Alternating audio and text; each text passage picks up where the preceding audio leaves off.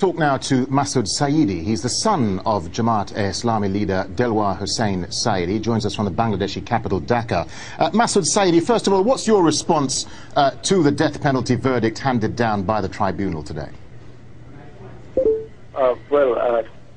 Let me correct the number first. You said that 30 people have been killed. It has raised to 60 already.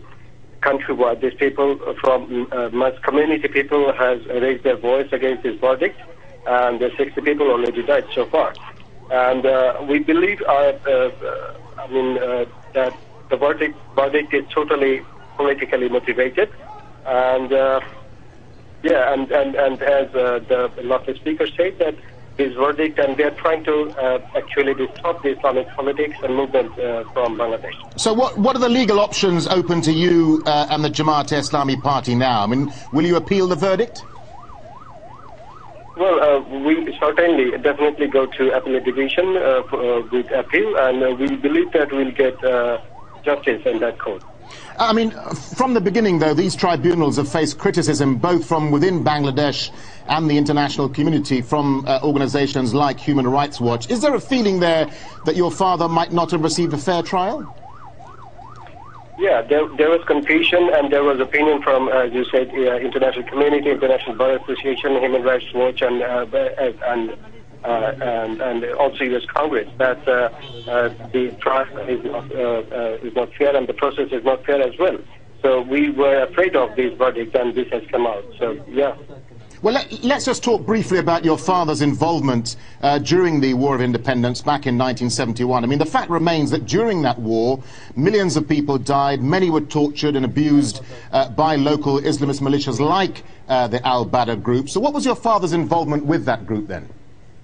Well, if you see the verdict, you can see that my father wasn't just ordinary man, as the judge speaks up at the beginning of the verdict, that Mr. Saydee was not involved in any politics, rather he was a very ordinary people. And that's my question, that how an ordinary people who was not familiar that much at that time could be, it's possible for him to make such a large number of crimes and atrocities. But the Bangladeshi... The judge said at the beginning of the verdict. Yeah, but the Bangladeshi government does say that the trials are fair, and there does seem to be widespread public support in the country for the trials. But do you think the people who committed those crimes should be brought to trial, no matter that they happened over 40 years ago?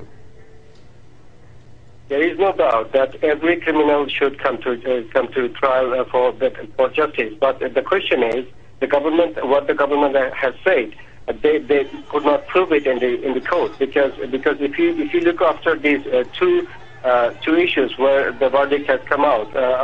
Number one, Ibrahim Kuti, whose wife actually filed a case in 1972 for the murder of his husband, and Mr. Saydee's name was not there.